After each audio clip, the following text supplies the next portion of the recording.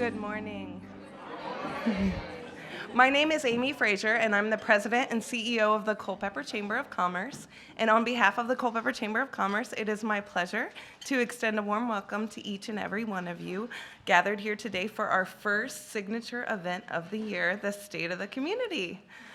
We're thrilled to welcome you, our business leaders, community leaders, and elected officials.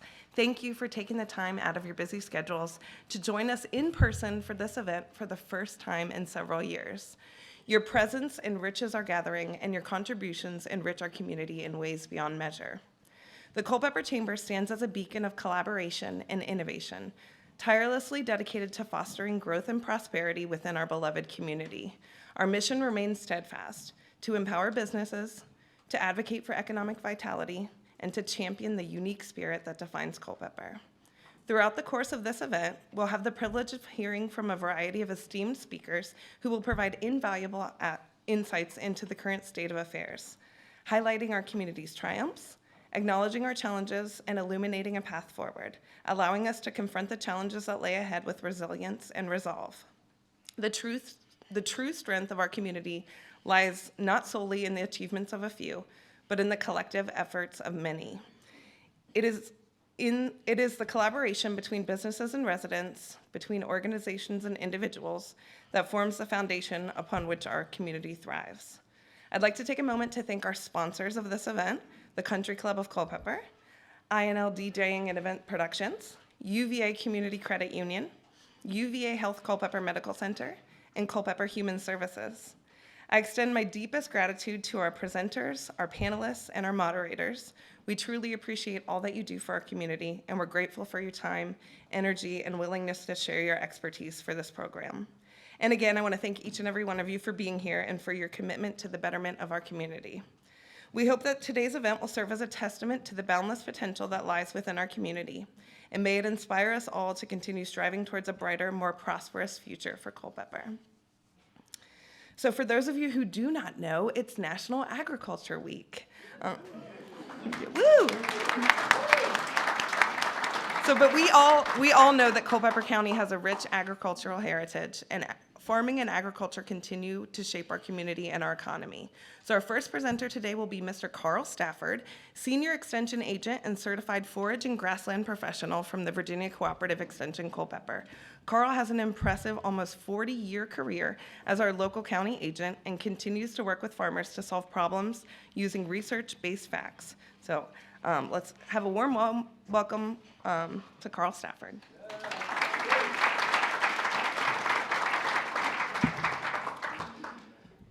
So I thought of my predecessor as I came this morning, Roy Heltzel. Many of you may not have met him. Gene Payne worked with him for a long time. And if you go back 100 years, there's only been 4 county agents, and I've got near half the time, and that's kind of unusual. I've enjoyed the work, and I hope I've done the right thing staying this long. We'll see. My wife and I hope to do some other things in a time away from extension. We're mighty happy that you've welcomed us to this community, and we've raised our children here. We bought our first house. Guess what I paid for it on West Street in 1985. So a $21,000 salary paid for a $78,000 house. So that's the connection. And today, maybe that relationship's the same. So let's see. We'll advance. So we're happy to have had a good meal. And agriculture is the source of that food. Not all of it comes from within our borders. We have to appreciate that. We've got a real strong transportation sector in this country. And Culpeper is a huge beneficiary of transportation, and location matters. And we're in a box surrounded by interstates. And the roads come out of this town like wagon wheel spokes. We've now got air transportation, and I'm thinking back to the railroad days and beyond. And so farmers came to this community because of transportation, Jeff. They had a railroad, and so agriculture produces heavy commodities. And so dairy is one of the first things I think of. So they skimmed the cream because that reduced the weight, and the most of the value was in that fat, that butter fat. And so they'd ship cream and then do something with the skim milk. And then we had better transportation, and we could then move across the roads with a heavy load. And so those were farm-to-market roads that were built, federal investments made, and improvements kept up. And I've started with some logos there, and I like to feature that tractor with the school in the background. So that tractor represents the at-risk part of agriculture in this community. So they're up and down the roads, they're occupying land, they're dealing with prices and expenses that are challenging, and they've had some really good years in crops, and that's upside down now. So they're still invested in, and they're going to continue, and then maybe they'll average out with a profit, but that big tractor moves up and down the road at some risk to itself and its operator, and we have rude gestures and all kinds of signs, and people tell me they just don't look, and they just keep on their side of the road and move along and get where they need to go, and they do it at night and on Sundays. And somebody drove a combine right through the town of Culpeper, but they did it at a strategic time when they could make it through.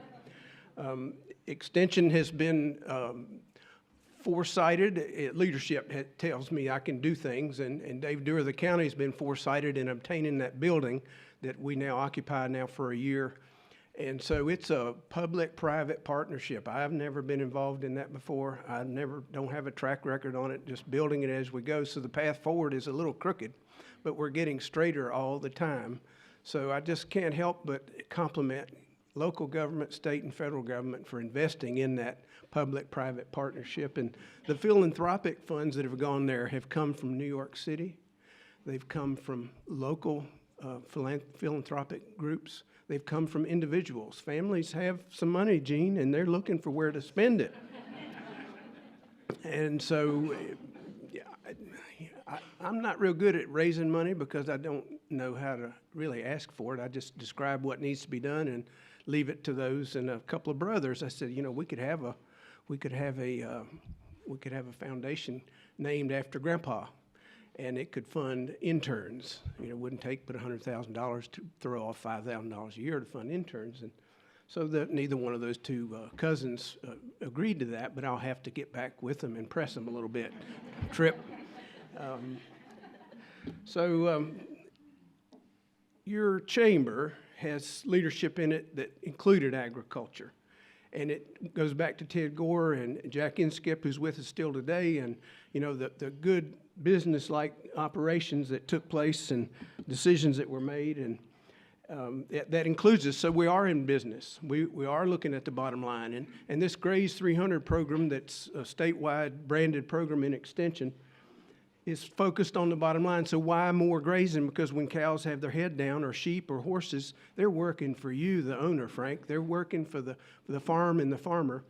And when we harvest and we deliver and we store and feed them with machinery, it is an efficient move, but I can compete as a small cattle producer with the big cattle producers. We're talking 5,000 acres of land, 1,000 cows. But when they're feeding hay and I'm grazing, I can compete with them. So it's the only advantage small producers have, is to keep those livestock working and their head down. And if you like beef, please have beef, but you don't have to wait for Memorial Day for prices to be higher. They're higher now.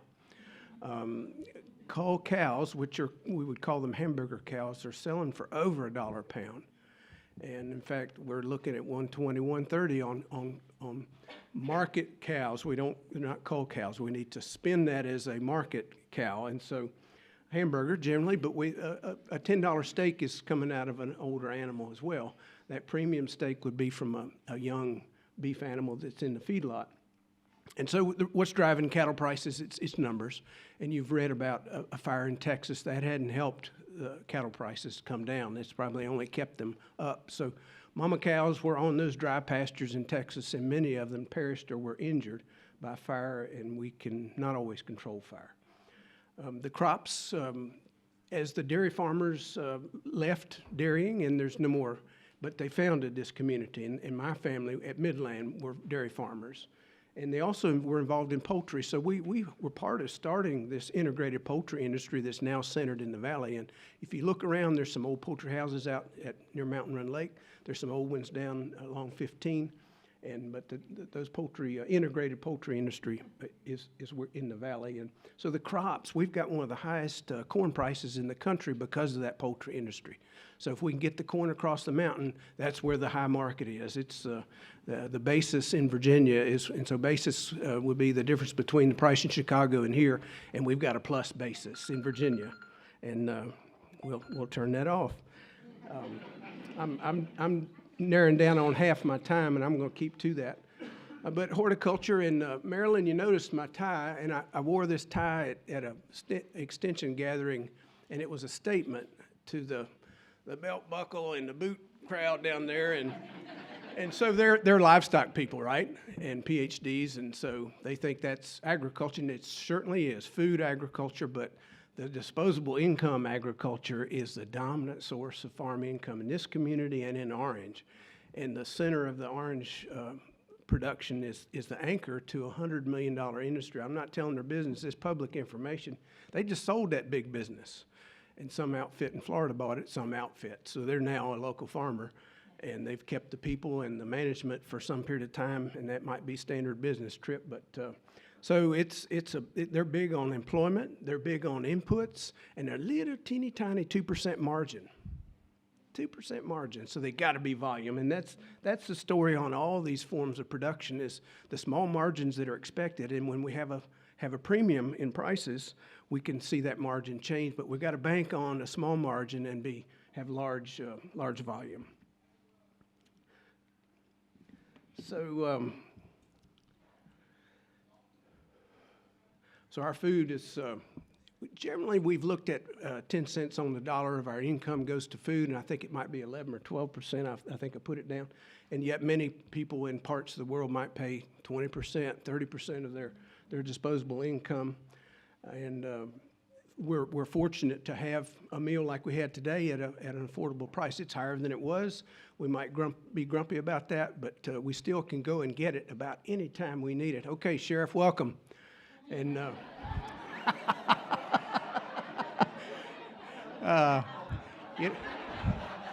you know, he's an approachable fella, and I like that. And he doesn't have to pull me over to be approached either. You can bet on eggs going up, and why? Because there's a high pathogenic avian influenza that's carried by the wild birds, and when they migrate up and down the flyways in the United States, they leave behind the organism, and it's the cage layers. And so if you want to pay, I don't know, more than 20 cents an egg, whatever it is, for an egg, the way you get those 20-cent eggs is through these battery houses that have lots of birds in them. Now, if you want to pay 50 cents an egg, then you can use the cage-free and organic and local and pastured. But the way we get the eggs that you will pay for at the price you're willing to pay is through these intensive operations. So you get to choose, you get to vote with your money, and we can expect egg prices to go up because those layer hens end up being older than a broiler will go to Kentucky Fried Chicken by the time they're at least 6-7 weeks old. The layer hen will stay around for maybe a year. So the older birds have more exposure and trouble with avian influenza. So in Culpeper, we've got less farm land, but more farms, almost 200 more farms, and so we're dividing those big tracts into smaller ones. People are investing their money. They're coming here to live.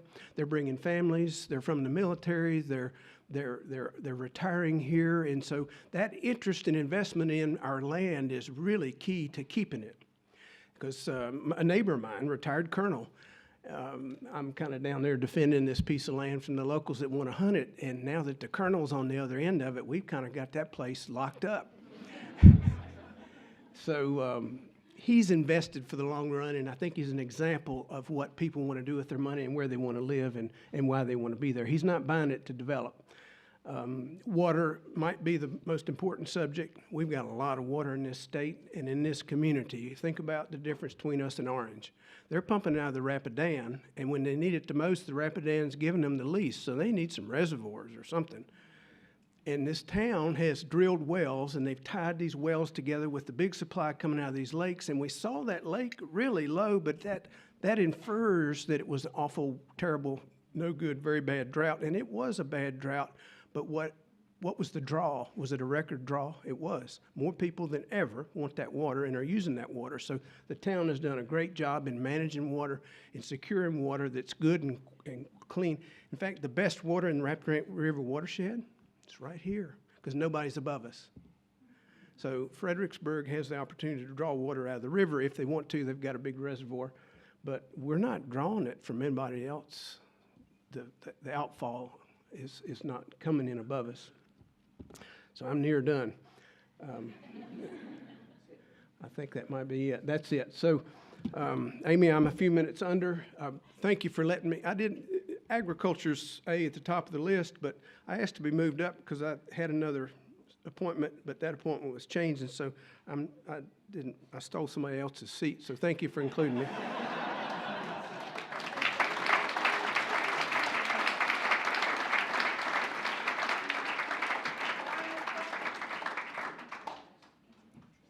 Thank you so much, Carl. As we transition our focus from agriculture to matters of public safety, it is my honor to introduce our next esteemed presenter.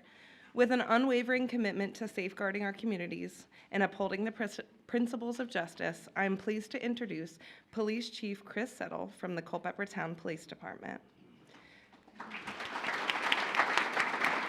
Chris Settle has been with the police department for 27 years and was appointed Chief of Police in February of 2023. Chief Settle is a lifelong resident of Culpeper and holds a bachelor's degree from Radford University and a master's degree from University of Virginia. Chief Settle has volunteered with many organizations, such as being a board member for SAFE, the Culpeper Midday Lions Club, Culpeper Football Association, past president and coach, and he has achieved his highest honor of being named an assistant T-ball coach on his son Harrison's T-ball team. So please join me in welcoming Chief Settle.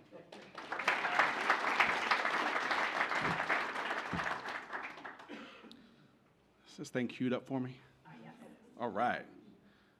So first of all, I want to thank everybody for being here today, and thanks to the Chamber for hosting everybody and selecting me to give this presentation. I'm not sure why I'm so deserving, but thank you. I want to thank all of our stakeholders. There's so many to name here today that we work with daily. I'll forget somebody if I try to name everybody here. But I am very nervous because I have the mayor and 2 council members staring at me right in the front row. Thank you guys for being here. So my Major Nick White told me, I said, you need to lighten them up with a joke when you start. And I didn't have a joke until the sheriff walked in, so I will tell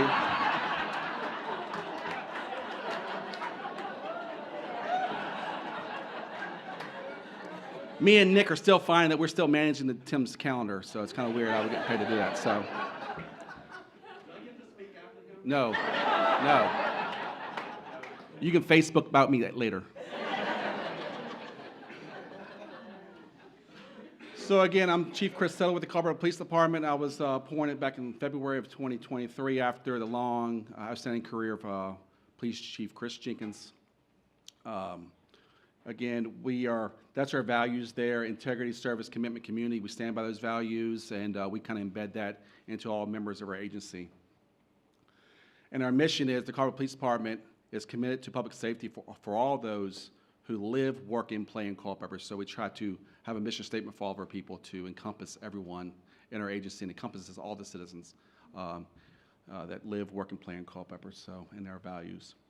So about the Culpeper Police Department, that's a really small writing, so I'm going to kind of go over it very briefly. Just a brief history of the police department. For those that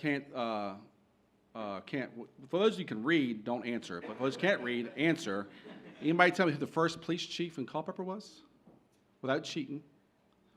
Roy Jameson. Roy Jameson. When was the police department formed? Anybody? Anybody can guess? I got a nice prize for him. I got a coin. The police department was formed in 1956 by Roy Jameson. Roy Jameson was named the first police chief in Culpeper in 1956. So almost 70 years. I think the mayor was on council then too, wasn't you? Back then? We currently have 47 police officers that we're authorized, sworn by, and we have 8 professional staff as well that provides a lot of support for us day and night. We have operations division and support division. Major Nick White, back in the room there on the left, he is their deputy chief, major, and he kind of oversees all the operations of the whole entire agency. Captain Terrell's also back there as well. He's an operations commander, and he kind of handles patrol and anything. All the police cars you see riding around day and night, he manages them very well, and so Andrew Terrell's there in the back as well. Our support manager, Stacey Nicholson, who is not here today, she provides all of our support for fiscal management. She's our accreditation manager. She oversees our records department, so Stacey wears a lot of hats as well. So when you come to the police department and ask for FOIAs or you ask for any documents or anything like that, accident reports, trip accident reports, Stacey will help you out with that. And also, we're very proud of our CALEA, the Commission on Accreditation for Law Enforcement Agencies. We've been advanced accredited since 2008. We're very proud of that. And I'll tell you what that embodies is the police department has to comply with 481 standards of best practices, and we are evaluated every year on those 481 standards. And we're very proud of that. And I will tell you that less than 2% of all law enforcement agencies in the country are advanced CALEA accredited. So it is a testament to the men and women of the Culpeper Police Department that support us and make sure that we are stay within best practices that's are nationally established. So we're very proud of that. I'm checking my time too because I was giving strict orders. I know we got a lot of all-star group behind me. I'm the warm-up act to April and her crew, so I recognize that. So our command staff, obviously, we talked about Major White, Captain Terrell, and we have our lieutenants there. We have one lieutenant here today, is Lieutenant Brittany Jenkins. She's back there as well. She's one of our patrol lieutenants, and she does a lot of different things for us as well. She's our peer support coordinator. She's also the handler of Gracie, which is probably our most famous employee of the agency, our support dog. And she also is their co-responder coordinator. So she does wears a lot of hats. In agencies our size, we do wear a lot of hats. Community policing engagement. As we all know, the Culpeper Police Department and the Sheriff's Office as well now, we all believe in community policing engagement. As you guys see us out and about at pretty much every event there's in Culpeper, we tried to engage the community. We know, we understand, and we was kind of embedded into me early in my career that if you didn't have a relationship with the community, you weren't going to have relationships and you weren't going to be successful. And we kind of embodied that as a philosophy of the police department and really took that true to heart to make sure that all of our agency personnel buy in. And we actually have a policy that says community policing is a directive for all members of the Culpeper Police Department, not just our community policing unit, not just the chief, not just the major. It is everybody's responsibility to be involved in the community. So we think that's very important for us. And you see there's some pictures up here that shows a lot of community policing engagement and some more there as well. We do such things with Coffee with a Cop. We have one coming up. We'll be posting that as well. Last year, we started neighborhood walks, and the mayor always joins us. I mean, some other council members join us. We pick a different neighborhood. One evening, we do a walk throughout the community, and just to knock on doors and meet people, and a lot of citizens come out and walk with us in their respective neighborhoods, and we share a lot of ideas, and we engage and listen to some of their problems and issues and concerns, and make sure we address those. So we'll be starting those back up. We always do them the first Thursday of the month. So if you live in Southwest Street or Blue Ridge Avenue area, that's going to be our first one in April. I think it's first Thursday in April, so come out and join us. I hear one's going to join us already. So we're going to be doing that, and we'll be posting that as well. So we started that last summer as well, but we do so many events. Last year we did a police department open house. We invite the community to come in, see all of our tools, methods, means, and like our drones, our SWAT team gear, our agency, a tour of the agency, property and evidence, and all our cars and our motorcycles. So we are planning on doing that again, and I don't know the date on top of my head. I think it's May 31st. I think it's a Friday evening. So we'll do that as well. So we welcome all you guys to come out and check us out and check out all the equipment that we have and all of our people, the most important part, that we'll have a lot of our officers and detectives there talking and engaging the community as you walk through the building. It'll be a true open house. I even got a picture of the sheriff still in his blue uniform right there. We forgot to edit that out.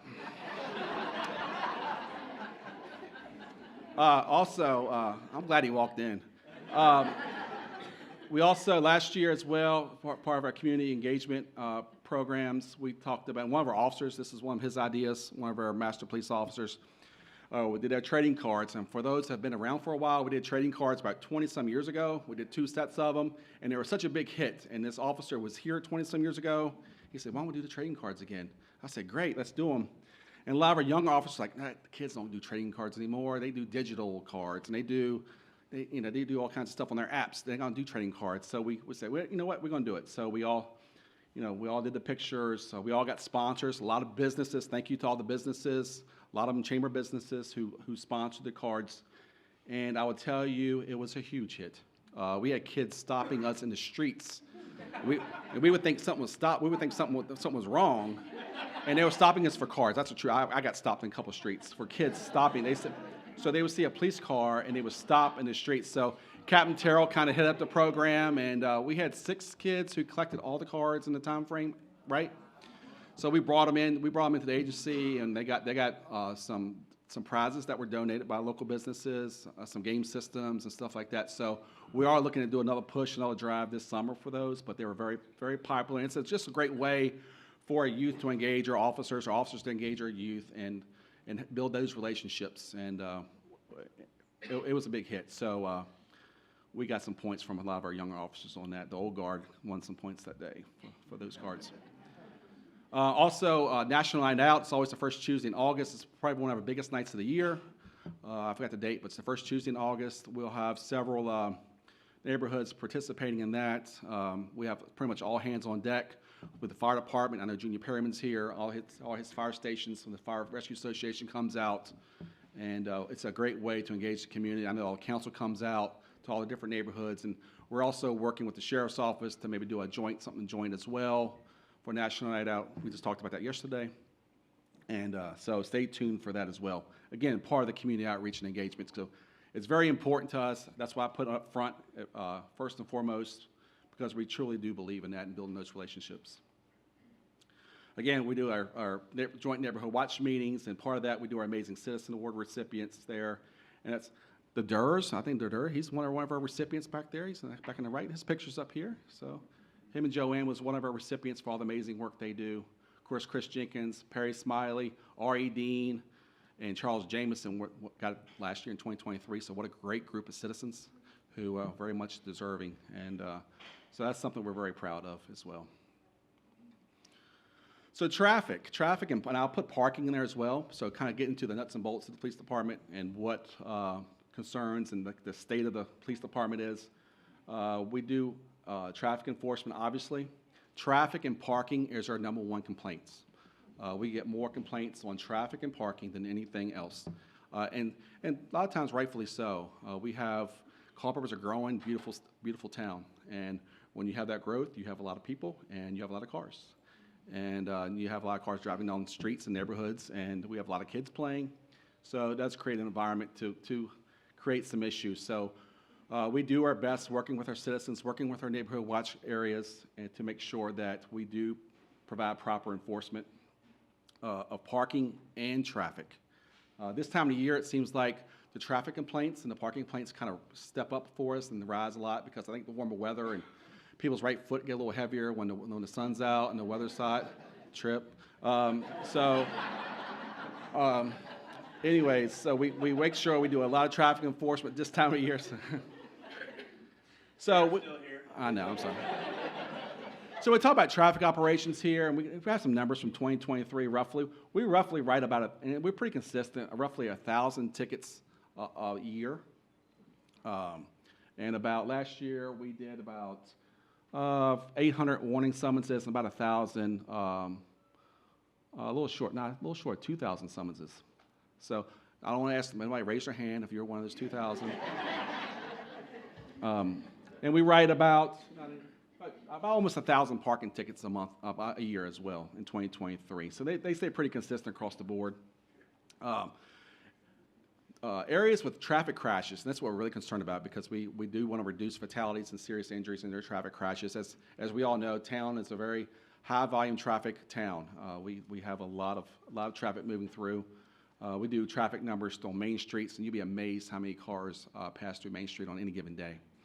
But One area that we really have a concern with, and I know Town Council and our Public Works and our Town Manager, Chris Havley, they are currently working on it and providing a solution, is Knowles Mill Road and James Madison Highway. That's our most prone traffic intersection for crashes, by far, 3 times greater, almost 3 times greater than the next intersection, which is right there, the next light up. So that whole area right there. So the town is working on some solutions for that. They do recognize the issue, and they got some VDOT numbers, and Jim Hoy and Chris Havley, and they're very smart guys, and they're working on it with VDOT and to provide some solutions. So stay tuned to that because they are coming. So, but that is obviously our highest intersection for crashes. Calls of service. So we talk about calls of service. Roughly, we get about, I think it's 14, yeah. Roughly, we get actually 46,000 calls of service a year. And so 2023, we roughly got about 46,000 calls of service. Now, there are calls of service when you guys call about an issue in your community. There are also self-initiated calls that the officers generate, like traffic stops and stuff like that, and extra patrols and directed patrols. Also, some administrative tasks are built in there as well. But actually, calls of service that actually citizens call in, it's about 14,000. That we get 14,000 calls. And we track those through our communications center, which I know they're represented here today as well. I know, Jenny's here maybe as well. No? And Blake, I know Blake Dodson's is here as well, representing our communications center. So we get about 14,000 calls of service a year. Which is a lot for Culpeper and the size of Culpeper. So we do a pretty good job of managing that. As you see, over the track of since 2014, it's kind of been a gradual increase of those calls to service history. As we've seen, last year was a little bit high. 2022 was a little bit higher than 2023, but still kind of trending up. So as Culpeper is a growing, beautiful little town, the calls of service do grow with it at some point. Crime. So I know everyone wants to talk about crime. We'd be remiss if we didn't talk about crime in Culpeper. The good news is most crime is down. But the growth, the calls of service, the crime's down, or violent crime's down. We do see some trends that are spiking, and we'll talk about some of those later. But I will talk about burglaries. So in 2023, our burglaries dramatically increased. I can't see that, but it was like they almost doubled in the numbers.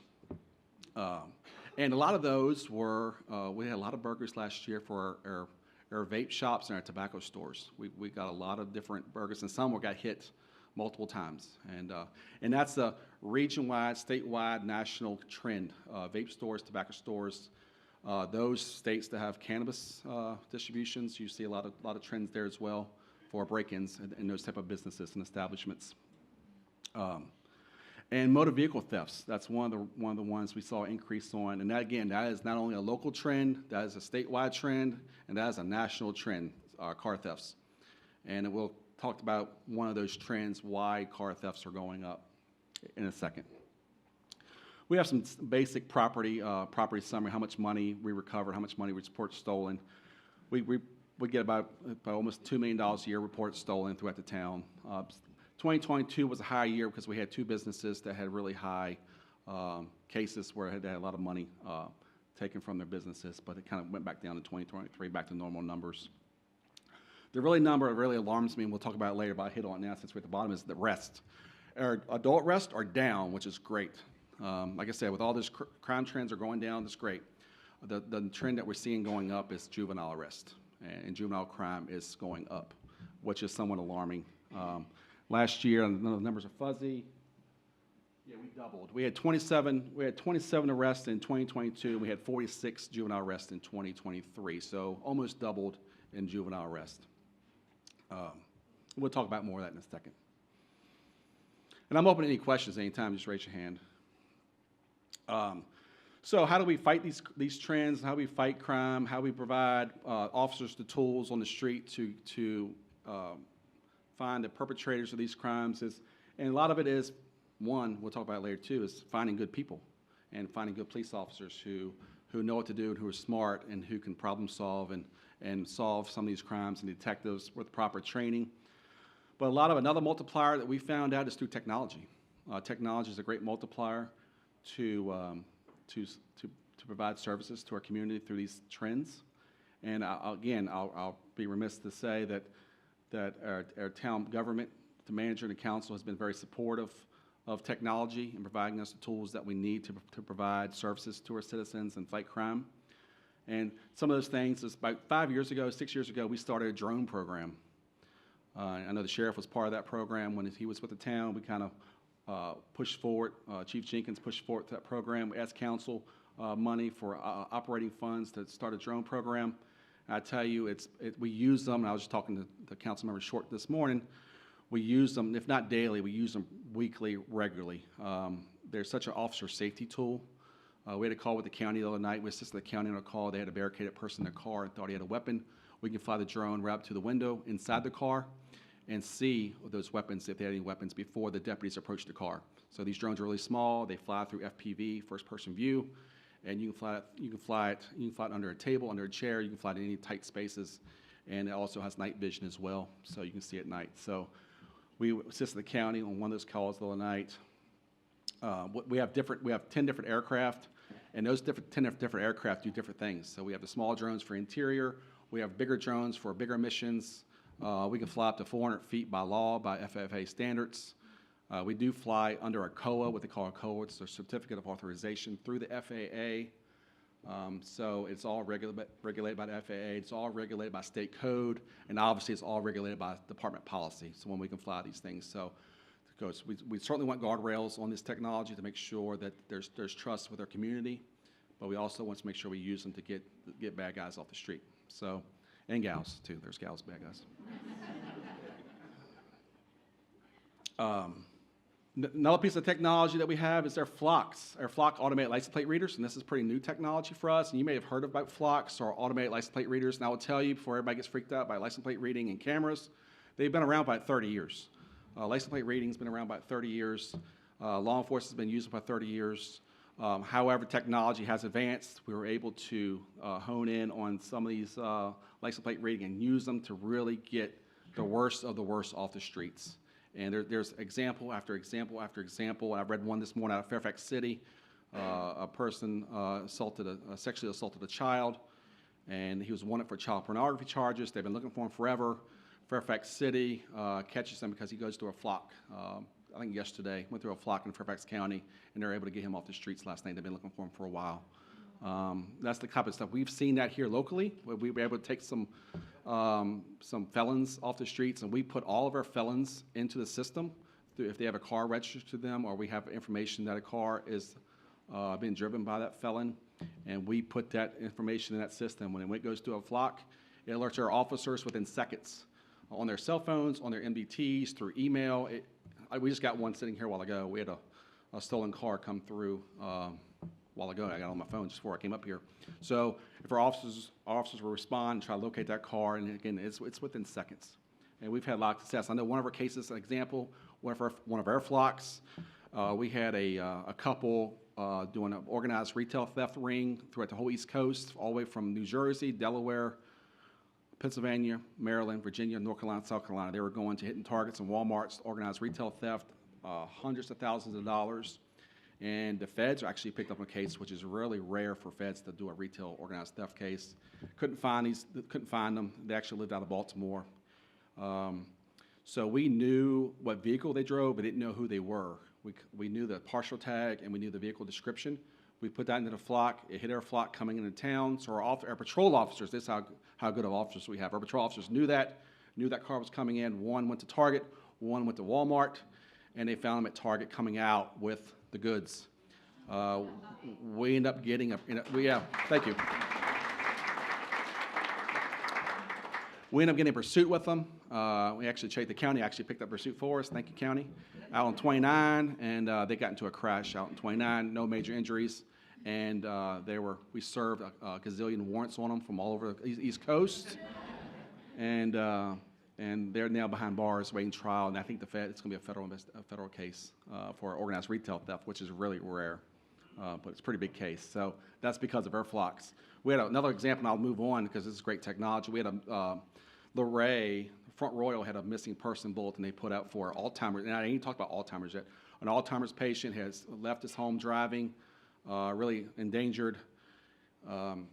They were looking for him. They sent a bulletin out. Our crime analyst took it upon herself to search the tag into our flock system and found out that this car was going through the same flock camera in Fairfax City every day, repeatedly on the same camera. So her being from up there, she knows a bunch of hotels in that little area up there.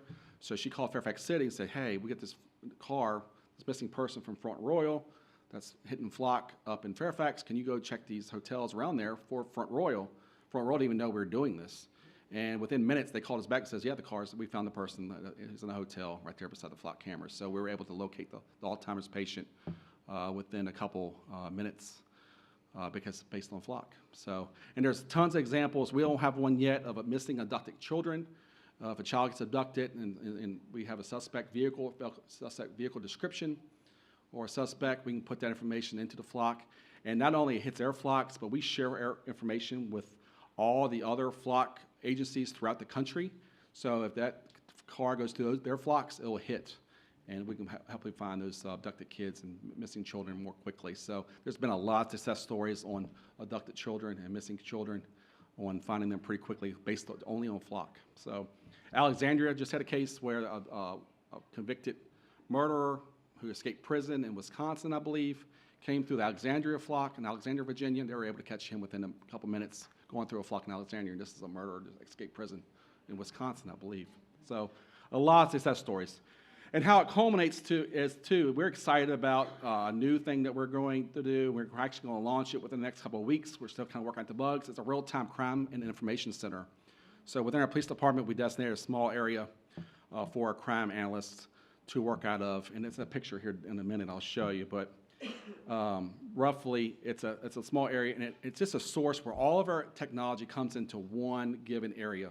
And one person interprets all that data and all the resources at her fingertips, and she has a communications console with the officers there and provides information to officers on calls in real time. So if we have a robbery or burglary or anything like that and she's working, she can boot up that real-time crime center.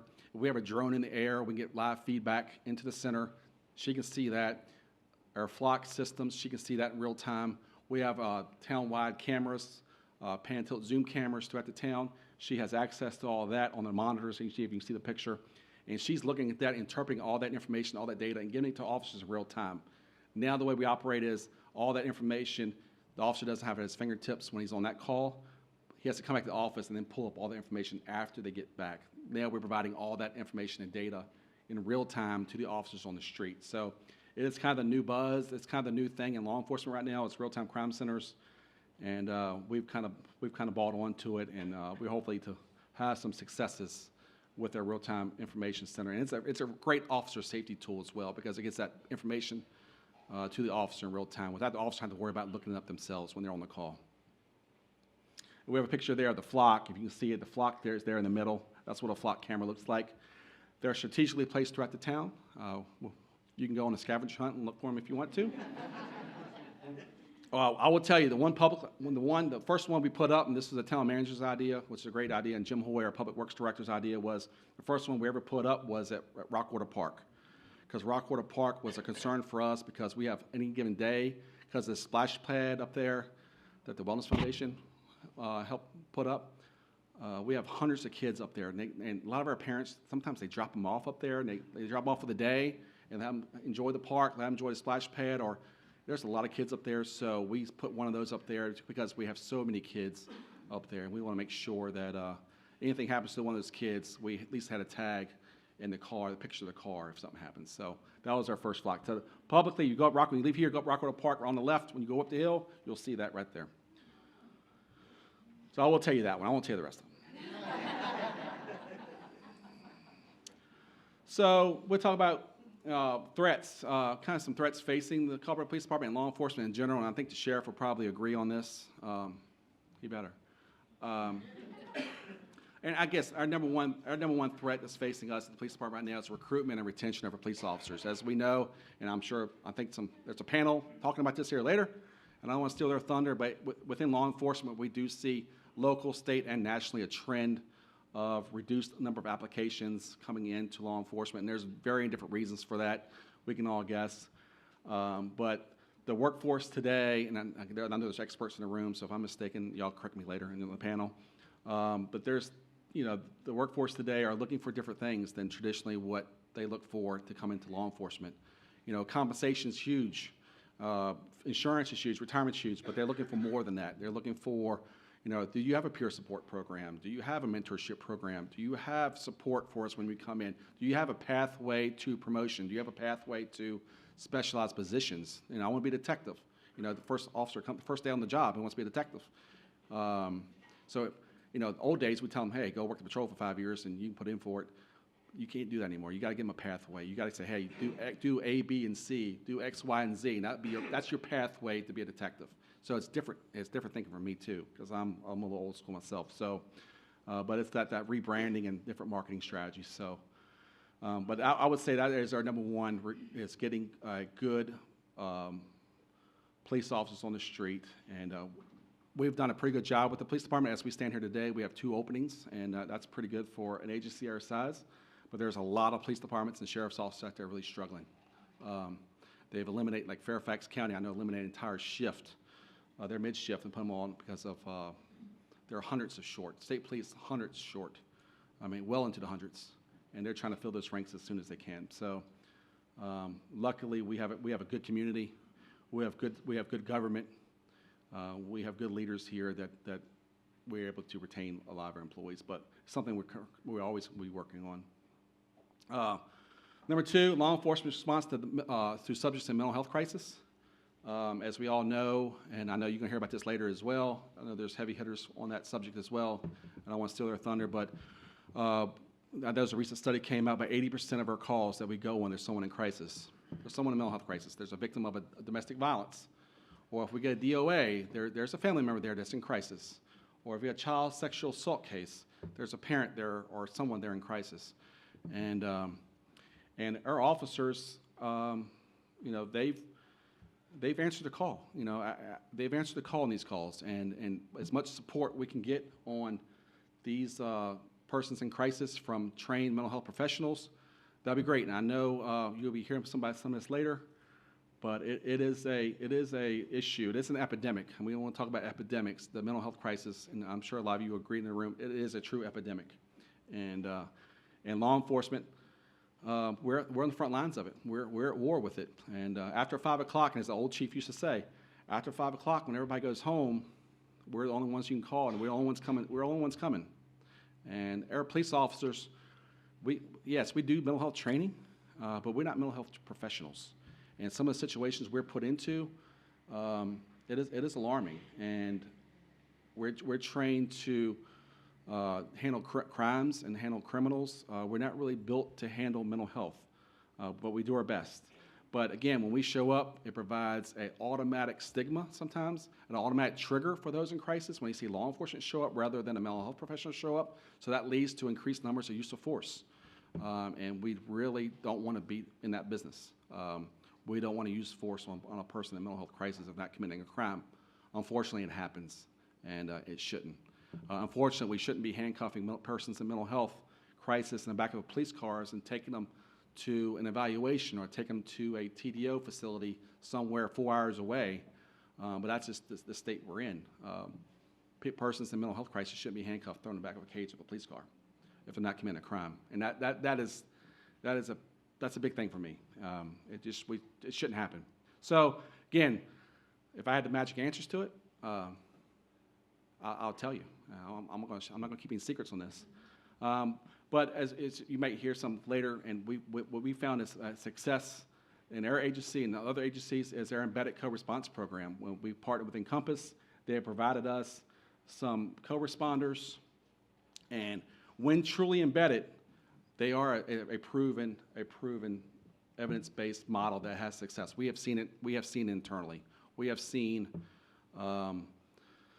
those calls where we have data that shows that we've seen calls where an officer was, if an officer was by himself handling someone in a mental health crisis, we're going to cover your, I can't say A, but we're going to cover your butt mentality. We're going to ECO that person 9 times out of 10 just to make sure that, because the liability falls back on us. If we release them and something happens to that person, the liability falls back on us. So we will ECO that person. If we have a mental health professional there to provide us some guidance and provide some follow-up and provide some mitigation, de-escalation strategies, we don't have to put that person in handcuffs and take them to evaluation. That mental health professional is providing, I say, curbside mental health crisis. And it might be some of the only services that person will ever get because they won't follow up on the crisis. So we have seen a proven model for a true embedded co-response program. So I would say that that's certainly us responding to those mental health crises is a huge issue. I won't take too much more time. I'm getting down to the end. I know I'm looking at my clock. Juvenile crime as well, as we talked about before, and the only thing I'll say about that, it is a true community effort. We can only enforce juvenile crime. We can outreach juvenile crime, but there's many stakeholders in this room. I know I'm looking at Lisa Peacock and looking at a few others that I know this is an issue for everybody. And it will take a lot of people coming to the table to curb juvenile crime. And the school system's a part of that, and Compass is a part of that, and I see a lot of stakeholders will be a part of that. So, but making sure we're keeping those numbers low. Substance abuse and trafficking as well, always an issue. We're probably dealing with, if not every other day, weekly overdoses. We're still seeing some overdose deaths in here in town and in the county. We're still using Narcan or Loxone regularly. Our officers are using the Loxone if not daily, every other day for somebody at least in town. Now, I'm not sure about the county, but I know they're using it quite a bit too. So, but education, prevention, enforcement. Obviously, we got the enforcement arm. We have some of the education prevention arm. But again, that's a multi-stakeholder, multi-engagement process that we have to tackle locally, statewide, and nationally to curb some of the substance abuse. And fentanyl pills is still it. So. More people are overdosing on fentanyl pills, and we're really seeing a constant. It's really not diminishing. The numbers may be diminished a little bit because people are not as reporting because the Loxone now is more readily available to families, so they're using the Loxone themselves. So the numbers may be dipping a little bit, but that may be because inaccurate reporting because we're just not getting those numbers of family members using Narcan themselves. And I will tell you, our fifth probably threat, and I know Lieutenant Jenkins is here, and she kind of heads this up for us, is officer wellness. As we talk about all these issues and mental health and all these different things and recruitment, retention, working extra shifts, not necessarily for us, but law enforcement in general, officer wellness is huge. The workforce is different. And our younger officers have different needs than when I came through as a police officer in the late 90s. And providing those officers mental health wellness, physical wellness is huge for us, and providing resources and support for them. So last year we initiated all of our officers and all of our employees have to go to do a mental health check with a licensed professional, a licensed counselor. So we got great feedback from. I thought they were going to hang me up on a flagpole and send them to a counselor, but we got great feedback from that. And actually, we had 60%, and Brittany may correct me on this, 60 or 70% of our employees made follow-up visits with those counselors, which was amazing. That's what we want to see. And so we have a rest and relaxation room in the police department, so officers can debrief themselves. If they go on a bad call, they can come in and chill out. Or if they had daycare issues that day, they work a night shift, they didn't get much sleep, they can go in there and rest, as long as we have this coverage on the street. So it's those different ideas that the police department has embodied that take care of officer wellness. But it is a big topic, again, locally, statewide, and nationally. So, other than that, I do have a picture of what a true embedded co-response program looks like, and that's kind of some of our former co-responders there interacting with the public out in the community.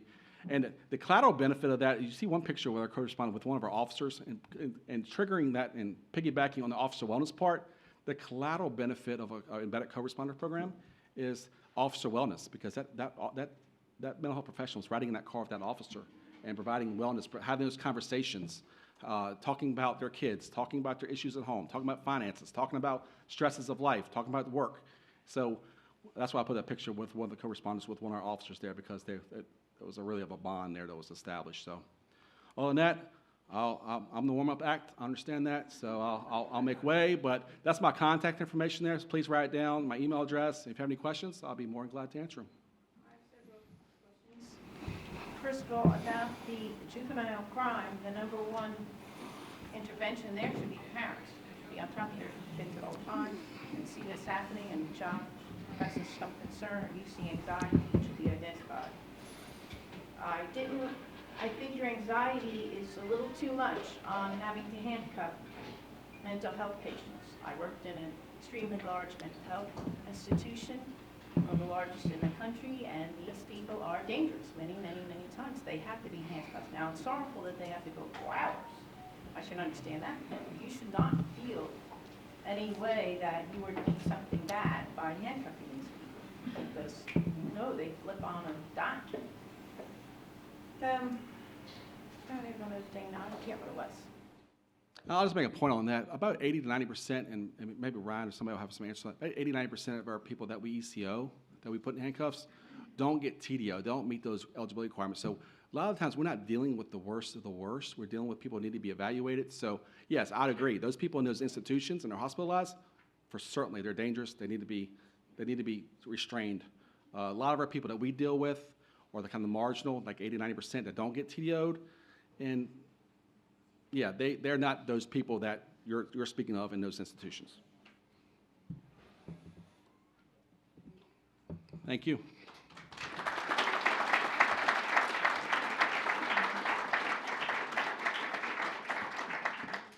Thank you, Chief. That was very informational. As we continue to delve into the crucial topics affecting the vitality of our community, it is my pleasure to introduce the next segment of our program, which is a panel presentation on health and wellness. Our panelists represent a diverse array of experience, each bringing unique insights and perspectives to the discussion. We'd like to invite our panelists to come forward and take a seat at the table as I introduce our panel moderator. Andy Johnson, Director of Programs at the Path Foundation. Andy has a bachelor's degree in psychology and a master's degree in counseling psychology from West Virginia University. Andy has over 25 years of experience in the health and human service realm, to include direct service, program development, mental health, youth volunteerism, nonprofit management, and grant making. Andy enjoys hikes with his dogs, gardening, biking, canoeing, and other outdoor activities. And I'll now pass it along to Andy to introduce our panelists. So yeah, she's passed it on to me to introduce our panelists, but there'll be some audience participation here. So would you prefer that I read boring handwritten introduction materials, or would you prefer that I let them introduce themselves? Just vote, you know. Former, the latter? Yeah, okay, that's what I thought. That's what I thought. Good morning, everyone. My name is Ryan Banks. I am the Senior Director of Encompass Community Supports, formerly Rappahannock Rapidan. We are your public mental health community service board, and my responsibilities include all of our mental health and substance use programs at the agency. I didn't read a microphone. Good morning, I'm April Octor. I'm the Population Health Manager for the Rappahannock-Rapidan Health District. Your health department has a lot of functions for you. You may know us because we're out inspecting your restaurants, doing on-site and soil. We also offer some clinics, a WIC program. We have a lot of things to offer locally. Good morning. Can you hear me? Okay, great. Drop the mic. Good morning, everybody. Donna Staten. I'm the president at Culpeper Medical Center, part of our UVA Health Community Organization, and also our chief operating officer for our multi-hospital system. And I'm a native to Culpeper, so it is wonderful to be here this morning and really be able to talk about some instrumental things I think that are influencing our community, and happy to answer any questions as we start to go a little deeper into some of these themes. So I don't want to put any pressure on our panel, but I mean, you're competing with drone technology here. This whole warm-up act thing, no, Chief Settle. You set a high bar here, but we're going to do our best. So I think just to get some input from all of you all to begin with, and April, maybe we'll start with you, but I just kind of wanted to get a sense of what, from your perspective, what are some of the sort of the main health wellness challenges that we see, and maybe any strategies that you see that are helping or that could help if we implemented them. Okay, can you hear me? So I can get started. Public health big picture is what we do to assure the conditions where everyone has the opportunity to be healthy. And so one of the ways we do that is we use a strategic planning tool, and it's called a community health assessment, and we just did that in 2023. We did that with all of our partners, and we look at data because we want to know what's affecting our community and how can we work together to address it. And so what did we find? We found things that we expected to find: heart disease, cancer, and stroke. When you look at RAP, we skew a little older. Our population's aging. We skew a little chubby, so most of us could lose weight, and all of those factors increase your risk for chronic disease. We also found mental health challenges related to our kids. Somewhere between 1 in 4 and 1 in 5 had considered suicide, and we have to think about that and address it. Our injury hospitalizations were higher, opioids. And then I think when we talk about how do we address it, the next thing we do is we're going to hold listening sessions in the community. We want to work with all of our partners to identify strategies to change our environment. I think when you think about healthcare, a lot of people think about going to the doctor, but what affects your health is your environment. And so about 80% of what makes us healthy are things like employment, income, housing, food, transportation, mental health. Do we feel safe at home? Do we feel safe at work? So how do we work together and leverage our resources to address all of that and improve the health of our entire community? Ryan, you want to jump in there on mental health? I think April touched a little bit on what we're seeing. We definitely have an increase in reports of mental health challenges for our youth. There's a lot of reasons that we can suspect that is. I think a lot of it is coming out of the pandemic and a lot of the social isolation and related stresses and anxieties with that experience. We also have a large problem with our opiates, as we've heard several people mention. Our services that we have put in place to try to address that have been impactful, and we have seen over the last couple of years a decrease in our overdose deaths, which means that we have been successful in the first part, which is the Narcan naloxone in the community. Which then allows us to have opportunities to intervene with treatment because we're no longer seeing as many fatal overdoses. There is still a problem with use, but we are keeping more people alive, which is a positive, and we will continue to provide treatment. We do have a program that we are going to be launching, which is an overdose response unit, and that overdose response unit will be working with hospitals and first responders to be able to have certified peer recovery specialists respond to individuals who have experienced an overdose soon after to try to engage with them. And these are individuals with lived experience, and so they have a different way of connecting. And we're hoping that that will be a next level and a next step to see an additional trend to reduce that issue in our community. And Donna, from your perspective? So I think it's important maybe to talk a little bit about where we've been to kind of set the stage as we think about what our sites are looking towards the future and how we begin to combat some of these issues. So for many of us in the room, you know, we've known Culpeper Medical Center as a local community hospital, 60 years plus in existence, and we've been on an incredible journey for the last couple of years. And in doing so, it really is to position us for long-term success to serve the needs of Culpeper and all of our surrounding communities. I think first and foremost, it's important to share that Culpeper is really now part of a larger UVA health infrastructure. And in doing so, we're part of the community medicine arm of UVA. And so many of us, have great relationships with UVA, whether it be through the university side or on the medical care side, and they're doing some really incredible, impactful work. So we now get to be their partner and their arms and legs out in the communities that we serve. So we're reimagining how that looks. And so with it comes some pretty big headwinds that we have to overcome. I would say in the last 2 years, coming right out of COVID, that I think I still have PTSD from that whole experience. As I know April did, we were almost on the phone together on a daily basis, surviving through that endeavor. But we've gone through some major kind of transformation to align all of our technology. And you've heard about the importance of technology this morning and how it serves as an enabler for the work that we do, and healthcare is no different.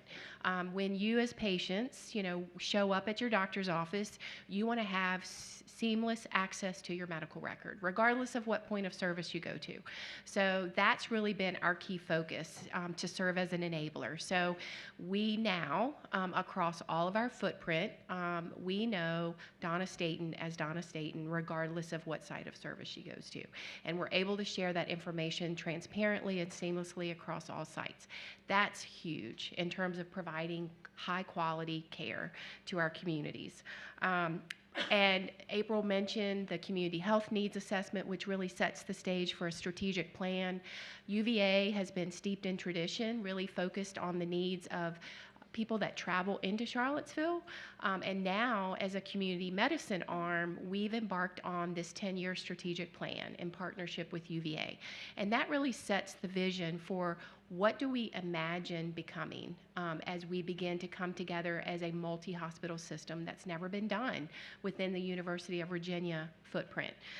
So this is a nationwide and statewide strategic plan with a goal of being, I'm going to focus on this one, really key imperative, being the best place to work. That's a pretty bold promise, and we'll talk about why that's so important for us as an organization. We've talked about talent and difficulty in recruiting, but we also want to be the preferred provider across the entire Commonwealth of Virginia. So again, really, really lofty goal. So some of the headwinds that we're up against, education and job development. We've heard it. There's a shrinking talent pool. There's increasing demand for talent, and we have to become really, really creative in how we are able to bring new team members into our organization. So how many of you guys have heard that adage that culture eats strategy every day of the week? So, that is no different in healthcare. We have to create a culture where team members want to work, physicians want to practice, and patients want to receive their care because you have choices. So we are taking this challenge head on. We're investing in a ton of professional growth and development of our team members, and many of these familiar faces in the room are our partners in that journey. So we've developed great partnerships with Germana. You're going to hear a little bit more about that this morning. We also are working very much with our school system partners through career partners. The C-Tech program that was instituted a couple of years ago has been instrumental in helping to create some pipeline talent for us in the healthcare system and some of those entry-level positions. We love to be able to get team members in the door because we have a very, very generous tuition reimbursement program. And now I'm very, very excited to share that because of our relationship with UVA, we have a BSN to MSN pathway that is guaranteed admission. So the ability for team members to come in, start their journey with us, and then continue to develop professionally is a really great gift that we can offer our staff. I'll also share that school systems and getting engaged very, very early on is critically important. We sponsor a healthcare day with our local school system. I know we just hosted that a couple weeks back. Incredible participation, lots of engagement. And so we're going to have to get with these students really early because they have choices, and we want to be able to influence that and also offering a lot of shadowing opportunities. When we think about our internal talent, we also want to make sure that we're able to continue to grow our leaders. Healthcare leadership, as April can attest, and Ryan, it's a hard job. It is 24/7, 7 days a week. And so we want to continue to pour into our leaders and how we can continue to grow and develop them. So we're really excited about the inaugural UVA Health Leadership Institute that was just rolled out this past fall, which is a cohort of up-and-coming leaders across the entire UVA Health enterprise that go through a very rigorous curriculum around financial acumen, crucial conversations, how to mentor and grow, staff members, how to provide mental wellness, how to create work-life balance. When you think about being a leader, you have to have all those things in your toolkit to be able to draw from. So this is an 8-month program that we have team members that are participating across the entire footprint of our UVA Health organization. And then we are also looking at how we can continue to partner with local school systems and bring some of those team members in, shadowing opportunities, internships. We talked about the fact that I think, Chief Settle mentioned the fact that team members previously could work 5 years before they thought about being a detective. That was your rite of passage. That doesn't exist in healthcare either. What we used to see is team members would come in, they would have to kind of cut their teeth on a med-surg entry point nursing position in order for they were able to move into a more specialized area like emergency medicine or intensive care. Not today. They are coming right out, fresh baby new nurses, and saying, I want to be an ED nurse, I want to be a labor and delivery nurse, I want to be an ICU nurse, and these are some of the most complex aspects of nursing that we have to accommodate in order to attract that talent. So a very long list of things, certainly, but I think the partnerships in this room that we forged and the continued great work that we're doing and coming together with our school systems, with our higher ed, and then some of the residency programs that we're creating, and LPNs too. I would just add, how do we create coordinated care teams that allow nurses to work at the top of their license and really create that environment where team members want to work. So Andy, I know that was a very long, but you can see I'm very passionate about this, but it's real. Our investment is because we want to be there, no different than police. It's a 24/7. Our lights are always on. We're always able to be there to respond to our patients in need, and our community is growing. So the demand for healthcare services is just going to continue to increase. Thanks, Donna. So we have a lot of incredible, engaged community members, employers here in the room. So what would you say to them about ways that that they can help support health and wellness efforts in the Culpeper community? And I'll start with you, Ryan. So my soapbox that I get on very often is that mental health, behavioral health should be viewed and treated the same as physical health. And so I think for employers to recognize that an individual who may be having some sort of behavioral health challenge, and when I say behavioral health, that's mental health or substance use, to look at that the same as if they had a broken leg or diabetes or a cancer diagnosis, and to remove stigma in your workplace to be able to speak freely about challenges, about the supports that they might need to help them be successful in their work environment while they are trying to seek treatment or seek recovery for those diagnoses that they may be experiencing. And this is also understanding that there are no gender, socioeconomic, religious, racial buffers. Everyone is susceptible. Anyone can find themselves in that. It's one event away from someone struggling. It's one injury from someone being addicted to opiates. There are many, many people who never thought that they would end up in the situations that they're in. So really just having an opportunity for the workplace to be welcoming and open and having free conversation without the fear of negative responses or backlash is really important. We have a lot of people who come to treatment because their employers have encouraged them to do so. It is often very hard for people to recognize in themselves that they are struggling. And so people spend a majority of their time at work. You know, a lot of people spend more time at work than they do at home. And so employers may be the first line that recognize that something has changed in someone. And so it's really important to feel comfortable having those conversations. Our agency does provide training.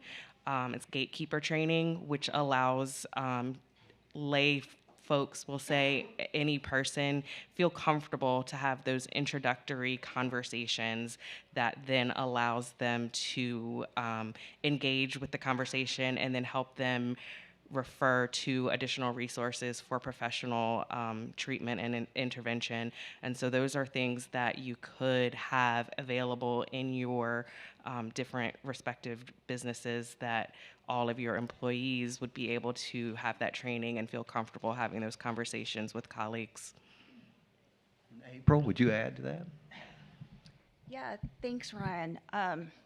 I think I mentioned that our health really is based on where we live, where we work, where we play, and where we pray. And my soapbox is there's a lot of emphasis now placed on individual choices, you know, making good choices about what you eat or if you exercise. And Chief Settle set the stage for me talking about things he does for officers. And I would like all of us to approach that on things we do for all of our employees, but also all of our community.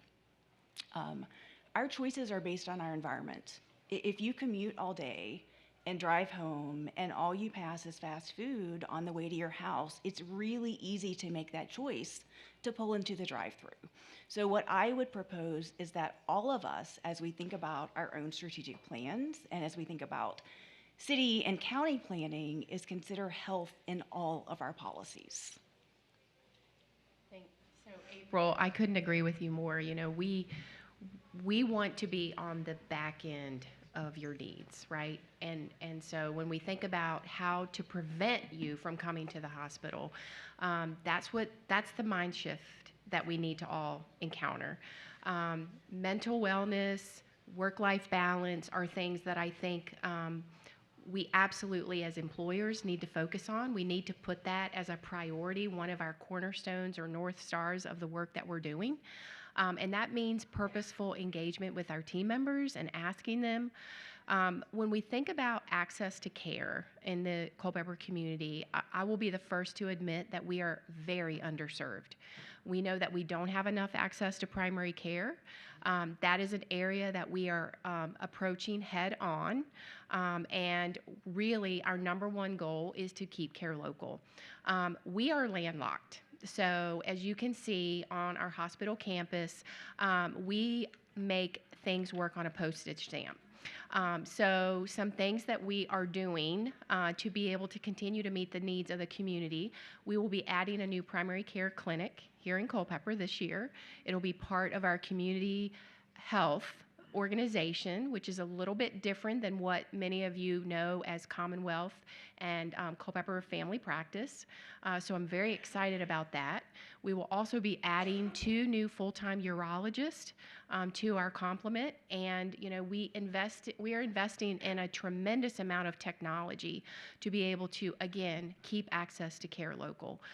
But we only want to be there when you need us. So focusing on prevention, focusing on wellness, I would encourage you, take advantage of screenings. That is the one thing that I think if you can take back as an employer is to look at what those preventative screenings are and really reinforce the importance of those with your team members. We cannot stress that enough. That is opportunity for early detection. We partner very closely with Sharon Clark at Pepperberries every year on our signature Pamper Me Pink event in order to raise awareness about the importance of early detection and screening for breast cancer in both men and women. It's been incredibly impactful. I would say that same level of commitment and interest needs to go into every other form of screening, whether it's getting your colonoscopy, whether it's getting your prostate screening, whether it's lung screening. Those are the things that I would say absolutely look at those and have a campaign with your team members and your staff around the importance of screening and early detection. Thanks, Donna. And just go ahead and, raise your hand if you've put that colonoscopy off. No. I see a couple. Okay, I really wasn't looking for that, but I'm here with you. We're a team. Ryan, we have a couple more minutes, right? So Ryan, I really wanted to come to the idea of collaboration. I heard it from Amy, I heard it from Carl, and I heard it from Chief Settle. I think it truly is a collaborative community. But how can collaboration, help improve health outcomes, community outcomes?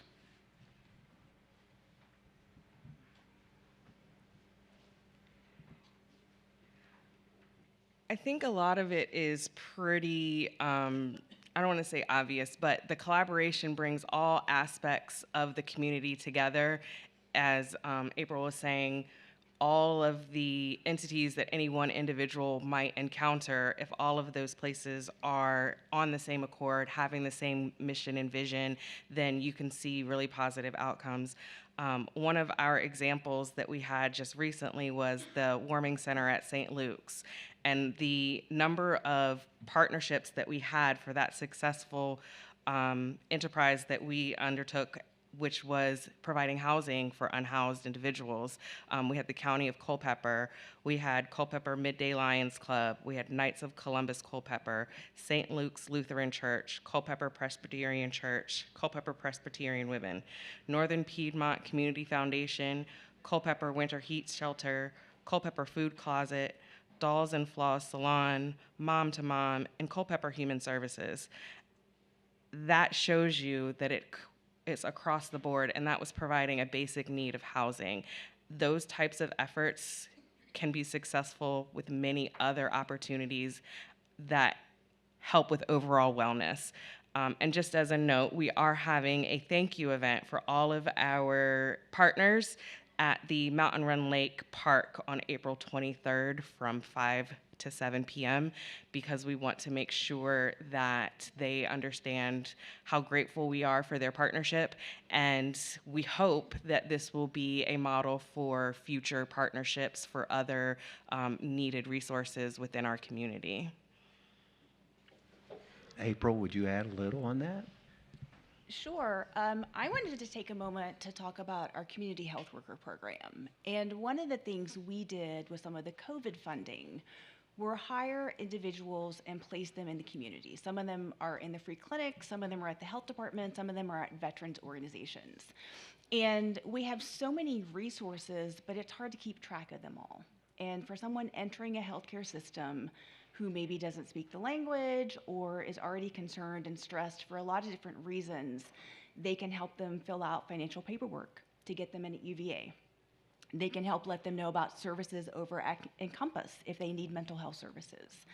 They can address them for social determinants. They ask about their housing. Do you have food at home? Do you feel safe at home?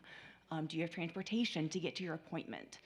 And they have changed our patients in a way that's really hard to measure, but I think invaluable. And so one of the things we're doing is try to figure out ways of how to sustain our funding and keep these individuals in our community because they do such a great job. I think the other thing as we think about what we can do collaboratively, I hear a lot of talk about epidemics and whether we're talking about opioids or flu. The way to stop an epidemic is to prevent new cases. That's how they end.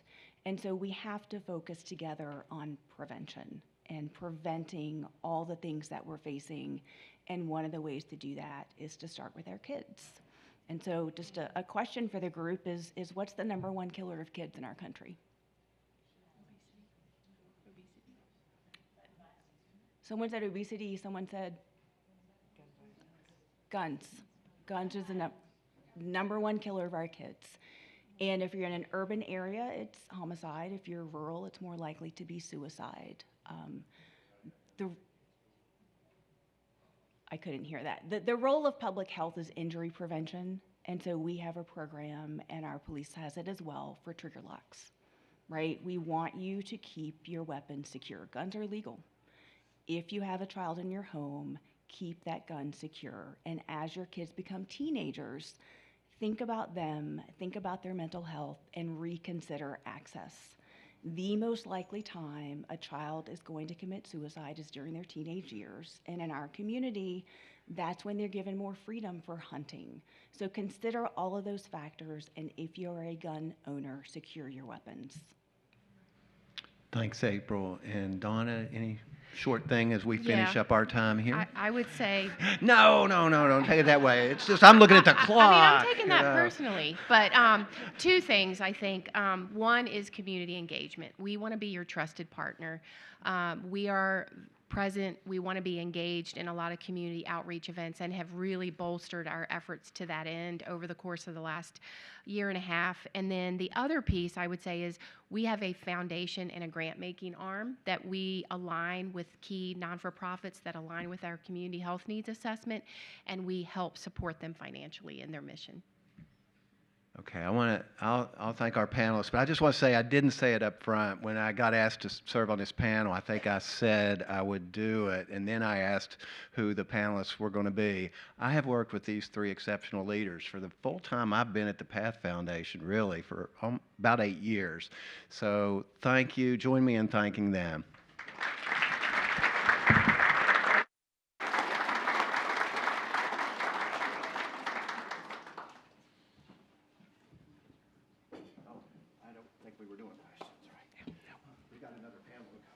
Perfect. Thank you, Andy. Thank you, Ryan, Donna, April. We really appreciate it.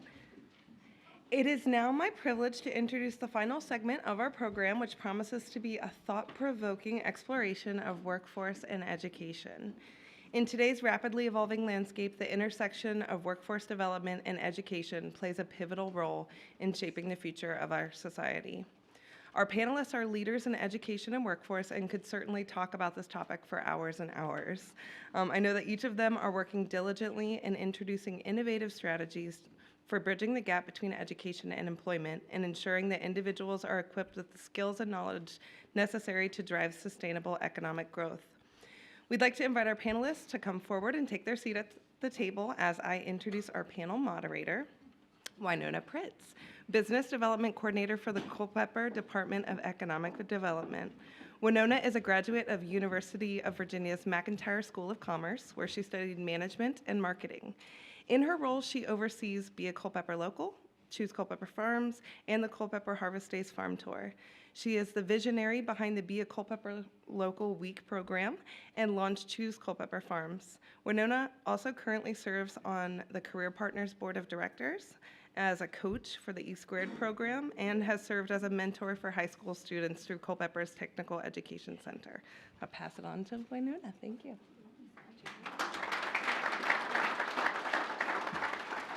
Thank you for having me today, and I'm so excited to introduce our panel. I've also had the pleasure of working with several of our panelists today. So you guys are in for a treat. So up first, we have Randy Richard Lutz. Many of you may recognize Randy. She has been in the education field for over 28 years, beginning as a teacher at Culpeper County High School. Since she has served in various administration roles, it has led her to her current role as Director of Career and Technical Education for Culpeper County Public Schools. Ms. Richard Lutz works closely with E-Squared Competition, mock interviews, career exploration, the STEM Airfest, and the Maker Energy Fair, if you guys didn't check that out recently. She is also involved with Career Partners, Inc., where she has been a member since 1999. She has served as past chair of the Culpeper Chamber of Commerce and has been a board member for many years. She serves on various Path Foundation committees and is current chair of the new Chamber's Futures Foundation. Next, we have Gina Davis. She boasts over 2 decades of experience as a distinguished leader in early childhood education. Her expertise extends to guiding nonprofit organizations, nurturing childcare programs, empowering educators, and championing families and children. Presently, she holds the esteemed position of Executive Director at Foundation First. Additionally, she serves as the Ready Region North Central Coordinator for a groundbreaking state initiative aimed at enhancing early childhood education across 8 counties and 3 cities in Virginia. Up next, we have Dr. Janet Gullickson, President of Germanna Community College since July of 2017. Germanna Community College is the largest provider of workforce credentials in the entire Virginia Community College system. And finally, we have Marty Bywaters Baldwin. I mess it up every time, I'm sorry, Marty. He enjoys all things workforce related. His most interesting job was as a bean farmer in El Salvador. The most profitable job was when he met his wife, Sarah, as a school janitor in Vancouver. And his most enjoyable job is his current role as a chief mission officer for Rappahannock Goodwill. So, Randy. I know you didn't want to go first, but I'm going to kick you off anyways. So our first question is perfect for you. With the ever-evolving demands of the 21st century workforce, how are you preparing students, not just academically, but also with critical life skills? Thank you. Good morning, everyone. It's a pleasure to be here. I do have to say that most of my bosses are in the room, as in the school board, so if they'll wave, I must say thank you to them. And is Tim still in the room? Because I'd be remiss if I didn't say good morning to the sheriff. You're welcome. Yeah. So this is a great question. In Culpeper County Public Schools, we believe in graduating skilled scholars. Remember that term, skilled scholars. So we don't want them to leave with just a diploma, right? We want them to leave with some skills. And that's every student, every senior, where they're going to straight into the workforce, to the military, to the to 4-year, 2-year, all college is college, where they're going to college. And we want them to leave with credentials. And another term I want you to remember is stackable credentials. We want them to leave with more than one thing. So when you graduate that day, you're getting your diploma, but we hope that you've been in one of our programs like healthcare. At CTEC, students can leave that program with 3 credentials. They leave with healthcare technician, which is CNA. They also can do our med assistant program and leave with a med assistant credential, and then they can do a patient technician credential as well. So all of us that went through school, I don't think there's any really old folks in here. We're all pretty young, right? We left with diplomas for the most part, but now they can leave with so many credentials. So that's really key to us. So remember, skilled scholars, stackable credentials, and we want them to be productive members of society. That's the bottom line. And that's a K through 12 initiative, and it's an initiative with our partnerships here. But we want them to be productive members of society. So we are teaching them volunteerism. We're teaching them soft skills like how to shake a hand, eye contact. These are things that they need when they leave with that diploma. But you've also heard of the challenges that we have. And folks, that's going to take every single one of us in this room and frankly the country. And it's here, it's hit us, and we don't just leave today and say we had a good talk and we had a good breakfast. We have got to continue to work together in the Culpeper community to graduate our skilled scholars. There you go.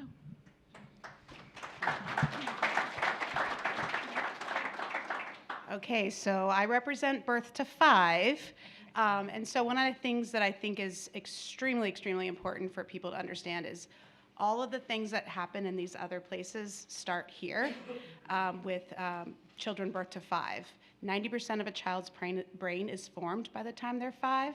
So their success in K through 12 or higher ed all starts with 0 to 5. And it's the families, it's the programs, and how the community can really start to expand and explore and understand. Everyone thinks childcare is babysitting, and it's not.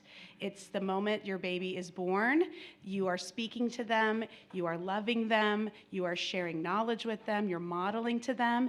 And so as soon as families understand and businesses understand that it starts with us, that the workforce of tomorrow is actually birth to 5 today, and the more that we invest and look at that as a community and as a country and as a state, I do believe the returns will come back to us as an organization for Foundation First and also for your community in Culpeper.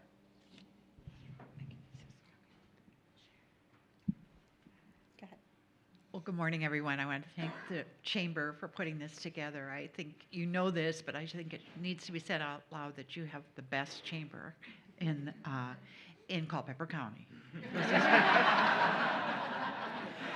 And I do have a story. When I was in college, my father had my boyfriend at that time drive a combine 55 miles. So that was a trip. And we broke up. So, but anyway, really am grateful to be here. It is difficult to underestimate the needs of large segments of our population right now. Some of the safety nets that I might have grown up with are not available to people. Many people are working multiple jobs, and we have many of our students who, and probably Randy, you had this too, many students who are the primary breadwinners for their families, or at least contribute significantly to the incomes of their families. And so our goal, I think everyone at this table, is to be sure that they have a better life than maybe they are having right now. So at Germanna, I'll talk about two different things. We have outcomes directly that related to their education that we actually measure around civic engagement, around the ability to understand history as it has happened over time, around critical thinking skills. We actually measure that with our students. We actually really do monitor in our coursework which classes are teaching which, so that we know exactly where a student might learn critical thinking, for example. So we're responsible for that. We take that stewardship very, very seriously, and I guarantee that we do that with our students who graduate. But there's another piece here, and if there's a recurring theme at all this morning, it's that some of our neighbors need help. And so at Germanna, and I know in the agencies represented here, we provide food pantry, we provide diapers, we provide transportation, emergency money, we provide gas cards if people can't get to and from training and education. We provide internships that are paid for many of our students, and that's particularly true in healthcare. And we're working with the hospital, as Donna said, to be sure that we develop something similar in this community where students are paid while they learn to be nurses. We also provide students with mentors. Any student who wants a mentor, we will train and connect them with a human being. And if you're interested in that, Dana Cook is right here. She's from Germanna, and she can easily hook you up. But the reality is that if we don't do our job, and Gina said it so well, if she doesn't do her job, all of these problems come together and multiply. So the best thing about today, in my opinion, other than being in good company, is that we recognize pieces where we can insert ourselves to be helpful in partnership. I'll give you one example. we have a grant that we used, and we're going to continue the program to develop a community mental health worker, which I think, getting back to the police chief's conversation, is a nice surrogate for maybe not a PhD in psychology, but at least someone who has the skills to talk someone off the ledge. And the community health worker that April talked about is really another good example of using resources that aren't exceptionally expensive, to be honest. It's not that expensive to go to Germanna Community College, but using resources so that we can insert the right people for the right job at the right time. And I want to thank you for your support of Germanna, especially if there are rich people. Any rich people here? I heard that. We give about $1 million in scholarships every year, and most of that is need-based, so whatever help you can provide, that would be awesome. I heard that plug. I'm going to do that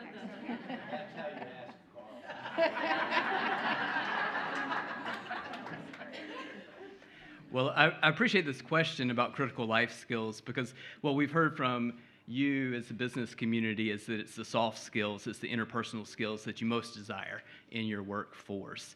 And so a few years ago, Rappahannock Goodwill did a survey with Culpeper Chamber members to find out the state of Virginia has a list of these critical soft skills, and we said, which ones are most important to you? And we came up with a curriculum to teach those skills to young adults. Carl's point about location matters applies to agriculture and to workforce development. So surprisingly, young people didn't want to get up at 8 in the morning on a Saturday to see a PowerPoint about soft skills that I thought were important for them to learn. And so we decided to change the location. And so we rolled out the Groundwork Project, which is at Verdun at Venture Bound. So instead of teaching kids in a lecture style about soft skills, they learn about communication, conflict, how to manage their own nerves, how to work together as a team, take initiative, while they're doing high ropes and low ropes course events, while they're problem solving, working as a team.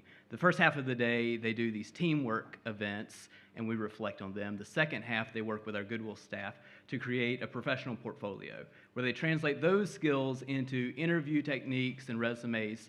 And then the last week, we bring in partners, businesses to do interviews with the young people. Also, Germanna comes to talk about next steps that they can advance in their career. So that's one way that we're trying to tie together those critical skills in the workforce. I'll give you a little bit of our approach, the ABCs. The interesting thing is that what businesses want is also what we as individuals need. So the A is autonomy, belonging, and competency. So we all want to be ourselves, to belong to a group, and to be good at something. And interesting, as we teach young people those things, they're meeting their own needs, but it's also exactly what businesses want. So that's the kind of comprehensive way we're trying to integrate soft skills into workforce. Thank you so much, Marty. And I know you touched just now on how you helped with students. Can you tell us a little bit about how your organization identified gaps between community members and the businesses, and kind of how you guys have addressed that, and any success stories? Yeah, we see workforce development kind of as a sandwich. So we're on the front end, the first piece of bread, identifying people off the street and what their skills are, their interests, to doing career assessments. Then we have to refer folks to our good partners that can do the training, the actual skills work. But then on the back end, we're the second piece of bread, placing adults and young people with businesses. That's kind of the sandwich. I'll tell you a story of how identifying those needs from both sides has worked out well. There's a young man who's a veteran who came to our office during the pandemic, and he was living in his car. He had a bunch of different needs, and so the Veteran Services connecting with some of those services, and he said, I really want a job that's going to help with a lot of issues. And they referred him to one of our federal grant programs that can pay for training. As we were going through that assessment phase, he said, my family comes from transportation, trucking. I'd love to do that, but never had the opportunity. It's a $5,500 course to get your CDLA license. Our grant was able to pay for that. He went to training school, got his license, and then we worked with our business connections to say, hey, we got a veteran. He's got a CDLA license, really driven. Do you have a job? We were able to help him get a job that makes 6 figures. So he went in the span of 3 months from living in his car to driving a truck, and now he's purchased his first home. So that's the connection that we tried to make. Thank you so much, Marty. And to the rest of our panel, if you have any success stories of how you've kind of identified and bridge the gap between community needs and business needs. We'd love to hear about those. I have the best success story. CTEC. Raise your hand if you've been to CTEC. That's incredible. That makes me so proud. If you haven't been, I want you to come get my card afterwards, and I want you to come see it, because folks, Culpeper did really well with this. And when we talk about partnerships, this is a partnership between our local school system, secondary education, our local government, of course, the school system, and our business community, and our nonprofits. And when I say we answered the call, Culpeper, we answered the call. We had a great school board led by Dr. Brads and our board of supervisors at that time that came together. We had a joint planning committee that had board of supervisors members, school board members, some business folks that are in the room right now, and of course, Dr. Gullickson and some of her staff. And we planned for years. We went to different school systems to see what they were doing with career and technical education. We looked at our own school system. We already had a robust CTE program, but how could we grow it? And a lot of time went into that. 7 days a week, we were all over the place. We were coming up with career pathways together. What programs were we going to put in this building? We looked at labor market needs together in the locality, the region, and the state. We met with Donna and Jeff Say in the hospital. We met with all kinds of you in the room in business industries. What did we need in that building? And it's there. And we just did signups for next school year. In less than a week, we had almost 350 students signed up for next year, and it's continuing to grow. This doesn't happen, folks. We have had, I wish you could see the amount of visitors we have had to CTEC, because they want to replicate this in their school division. And without these partners and these stakeholders in a room very much like this, it wouldn't have happened. And it doesn't end there. Chris and Tim, we're working with them right now to bring criminal justice. We hope to have that at the Daniel Technology Center. The campus is right beside CTEC, and we're going to dual enroll that with Jan and her crew, and our kids are going to get on a pathway, like Chris said, for criminal justice. I know juniors in the room. We have students signed up. We're interviewing next week for a firefighting instructor, and we're going to have firefighting there. How exciting is that? So, great success story, folks. Be proud of CTEC. So I don't know that I have a specific story, but what I think our organization is really trying to do right now is to understand. Our organization's only been around this will be 2 years officially with our new brand and a new role with the Ready Region North Central Lead Agency. And so right now we have built a community task force where some of you, I don't run that one of my managers does, but we are really trying to understand what is going on in our communities for families and for educators and program leaders that run the child care centers that your children or grandchildren might go to. And so by understanding what is happening in those places, we can now start to strategize and work together to build those solutions as a team and as a community. So don't have any specific stories right now because we're just on the brink of getting this started, but excited to hopefully come back again and be able to share some of that. But I think one of the things is employers need to know what their employees need. And so part of that is we want our businesses on our task force so that we can understand how we can come back to them and support them in different ways and strategies to support their employees in a better place. And when parents can leave their children in a protected place, they are your best employees for you guys.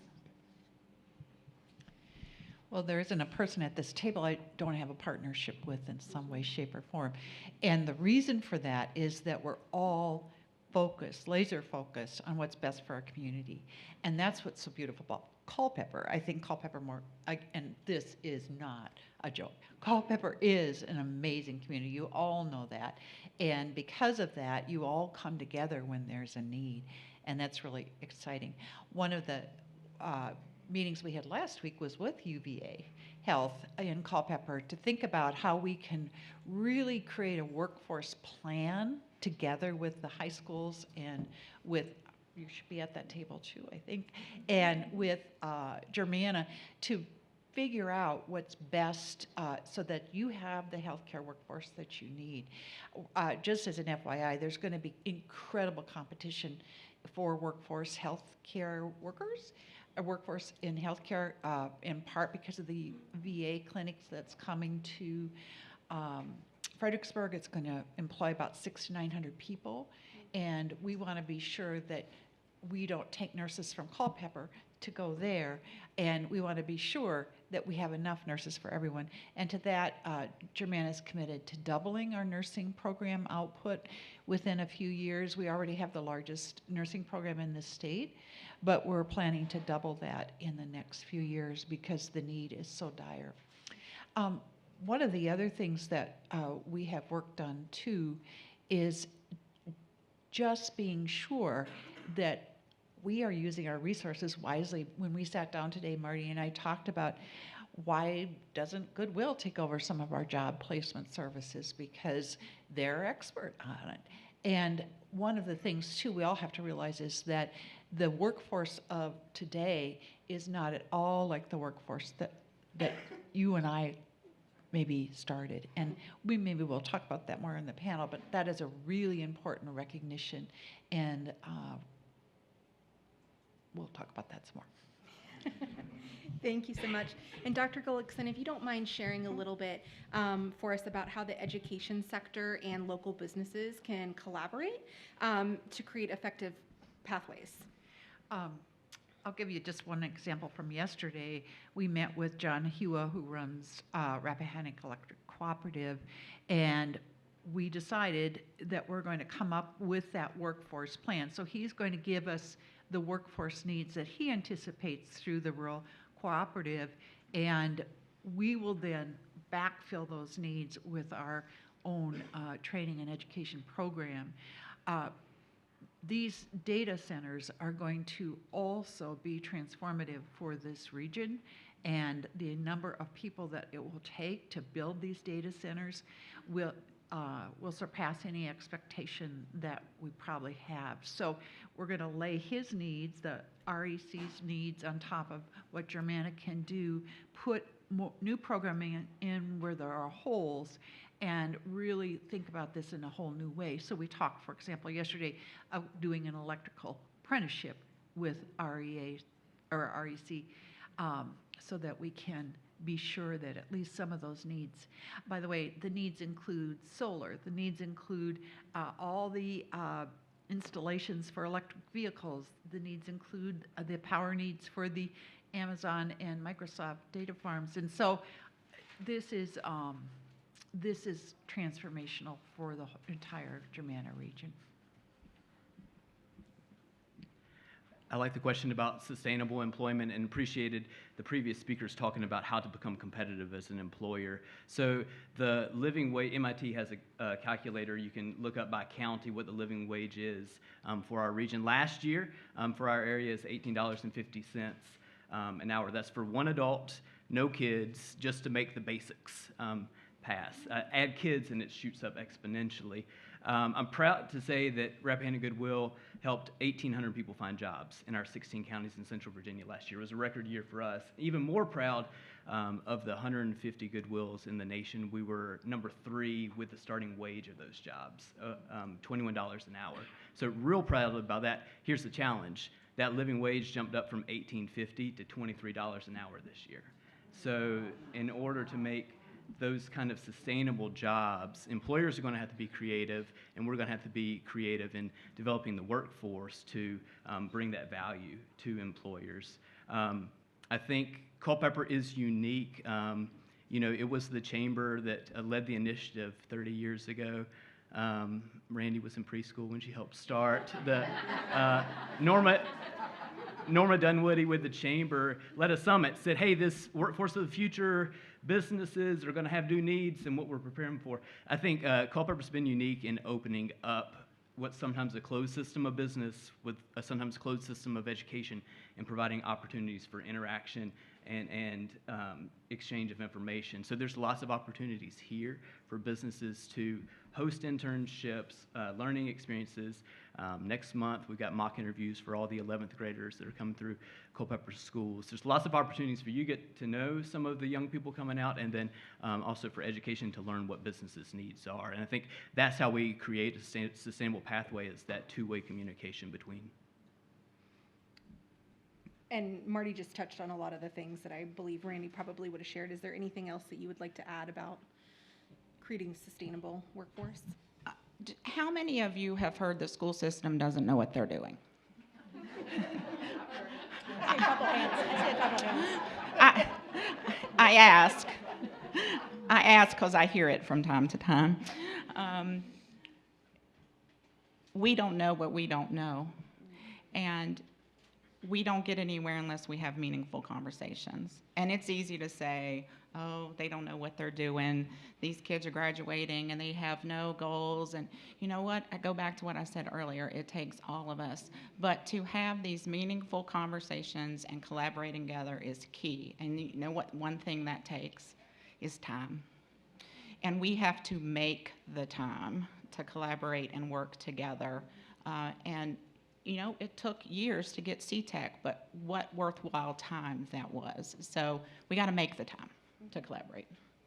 Thank you guys so much. Now, looking forward, what are some of the significant challenges or opportunities that you guys foresee in education and the workforce development field? So, as everyone knows, ARPA funding was a huge opportunity for the state and for the country as a whole. And actually, Virginia did amazing things with ARPA funding and invested millions and millions of dollars into early childhood, not only to stabilize the industry, but also to create opportunities for families to get access to subsidized care. And actually, I don't know if any of you guys know right now, with the governor's budget, we are looking at, you know, for the first time, a bipartisan opportunity to invest and keep the slots using general state funds, or else we would have lost over 30,000 childcare slots for children because their parents can't afford it, and those 30,000 slots were paid for by ARPA funding. So during COVID, that was an amazing opportunity where families could go to work, have access to any kind of public funding, whether it was Head Start, Virginia Preschool Initiative, the Child Care Subsidy Program, and another program called Mixed Delivery. And so right now, we're hoping and praying that the governor's budget goes through with the new conferees that just came out 2 weeks ago, where they are still continuing to keep the same amount of slots for those publicly funded children, which means those 30,000 children, those parents can work.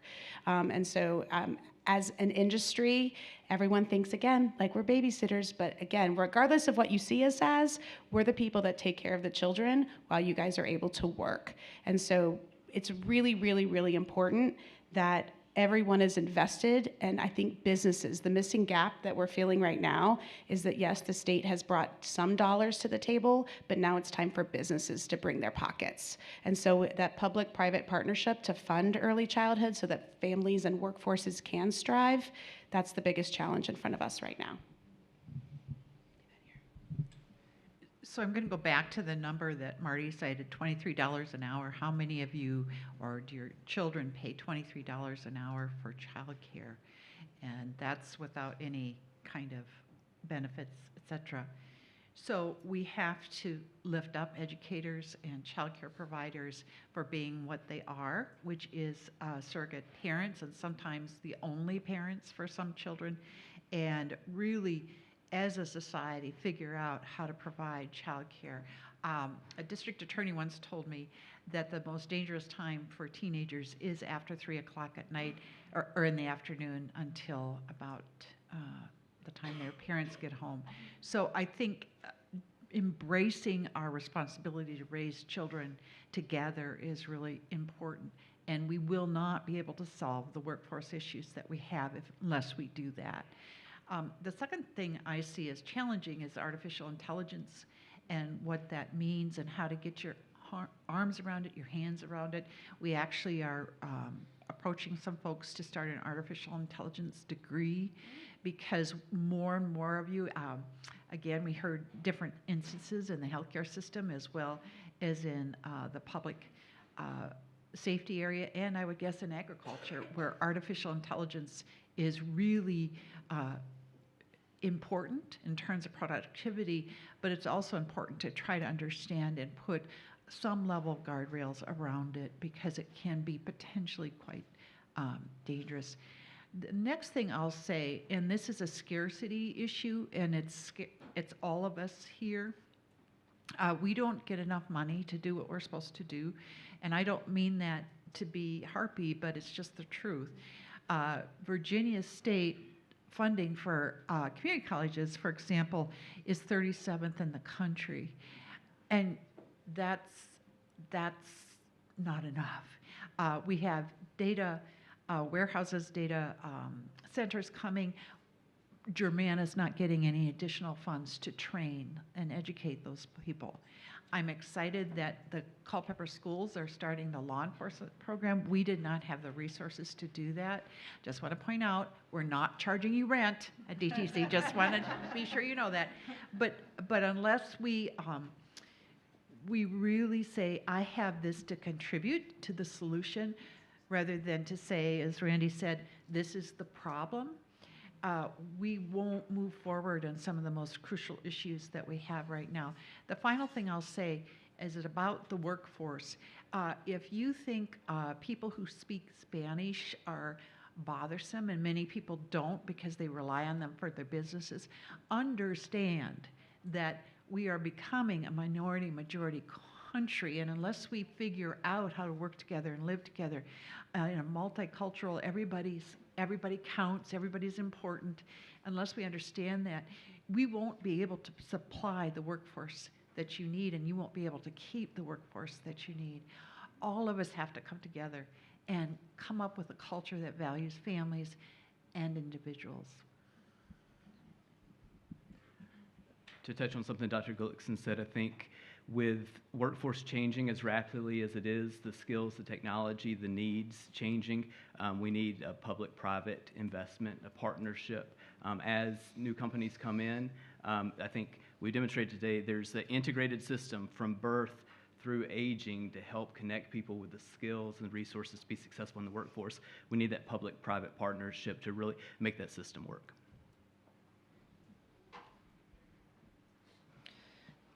I think the challenge is an aging workforce. And what the need is skilled workers. The opportunity is career and technical education, and the solution is high-quality work-based learning. And how does that work? Students come to us, they take career and technical education, we're also partnering with higher ed, so they're leaving with that diploma, or maybe multiple, they might be getting a certificate from Germana as well, they're leaving with those credentials, and we're helping that aging workforce. Folks, that's, in my opinion, our biggest thing that we're faced with. When Jan talks about the data centers that are coming, I don't think Culpeper's really grasped quite yet how many trades folks we're going to need. And of course, like I said, the opportunities, career and technical education. Let's get these students in there so we can help with this aging workforce. Can I put a plug in for the Future Educators Academy? Yes. So I don't know if any of you have worked closely with Tony Brads, but he's like a dog with a bone. And he is 100% invested in what's good for the children of this community. We created a partnership among Madison, Orange, Fauquier, and Culpeper Schools and Germana to create a Future Educators Academy. And in brief, we're recruiting for these slots right now. In brief, if you're junior, senior, sophomore, junior, senior, sophomore, junior. Junior, senior? Okay. Okay. All right. But we are recruiting right now for next year, so that's why I'm thinking it might be sophomore, junior. But here's the deal. So if you live in one of these counties and you want to be a teacher and you're in one of these high schools, you can come and get the first 2 years of a teacher's degree free. Free. No debt, tons of support, and you will go to DTC to do that. So if you have anyone in your family or that you know of who might be interested in this program, please tell them to talk to their guidance counselor. The hope is that the student will graduate with their high school diploma in the first 2 years of a teacher's degree at the same time. The students then would go to colleges like JMU and hopefully for free or very reduced costs complete that teaching degree, and then they're being asked to come back to the rural communities, these communities, to teach for 2 years after. This is exciting, and it is the best example of what Tony can do when he has a bone. Honestly. Well, I just want to thank our panel so much for their time and their insights today. Do we have time for a question or two? Just maybe one. Does any one person have a question? Okay, perfect. Well, thank you all so much for your time again today.